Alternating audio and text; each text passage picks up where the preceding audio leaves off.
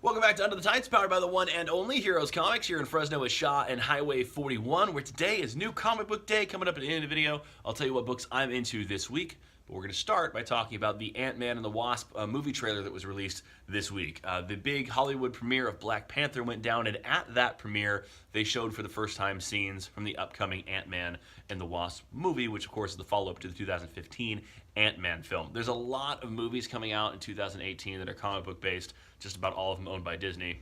Funny how that happens. But don't let Ant-Man and the Wasp get lost in the shuffle, and it's possible that could happen. I mean, Infinity War is the big one this year, absolutely. Black Panther is coming out in a couple weeks, getting a lot of press. I think Venom at the end of the summer is going to get a lot attached to that as well.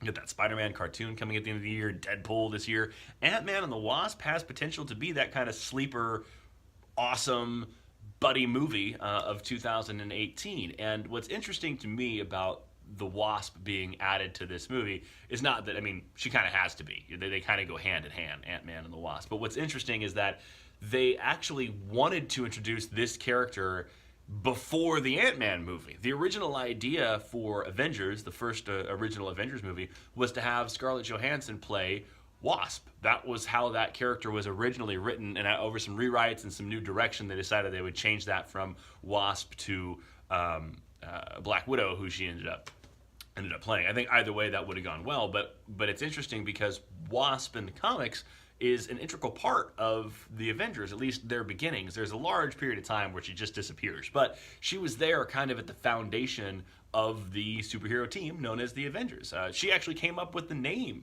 Avengers, and it was because of Wasp that they were able to locate and find a frozen in ice Captain America. So obviously she was very, very important early on in the Avengers series. Over time, she kind of became more of a dispatcher for the team. I remember when I was a kid, Wasp was always kind of that, like Batman has Oracle, you know, a character that kind of tells him what's going on and where to go. Or if you're watching TV shows, like, you know, like Felicity Smoke and Arrow, like one of those characters where, yeah, she's a superhero, but she's really kind of relegated to just telling the other heroes where to go. When I was a kid growing up, that's kind of what Wasp did for Captain America and the Avengers. She kind of told them, hey, this is what's happening, go there and do that. But at the beginning of the organization, she was a very, very big part of that.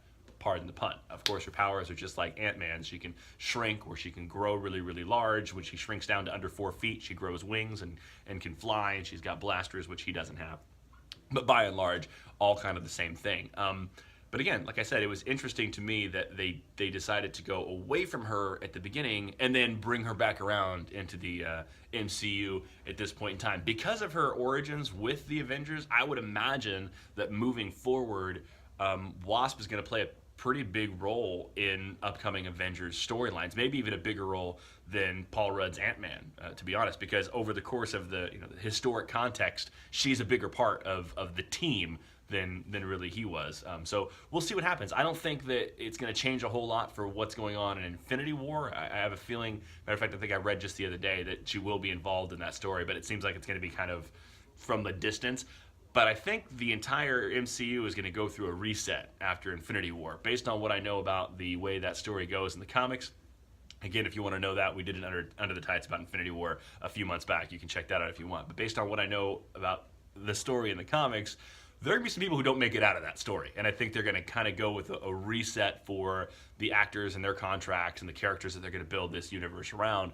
And I wouldn't be surprised to see Wasp end up being a central figure, if nothing else, at least from that kind of Overwatch perspective moving forward. So should be cool. The movie looks good. Don't let it get lost with all those other big ones that you're looking forward to. This one's going to be funny. And they're really good at doing funny buddy movies, and I think that's where this one's going to be. If you haven't seen the trailer yet, I'll go ahead and post up a link down here so you can check that out as well. And make sure to get into Heroes Comics today for a new comic book day. There is a new Wolverine out today. You got a new Black Panther out today, and Dark Knight's Metal, Batman's Metal, Dark Knight's Metal, number 5 is out today as well, if you were into that.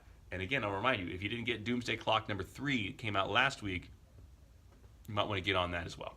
I'm just saying, yeah, but still, that's what I'm about this week.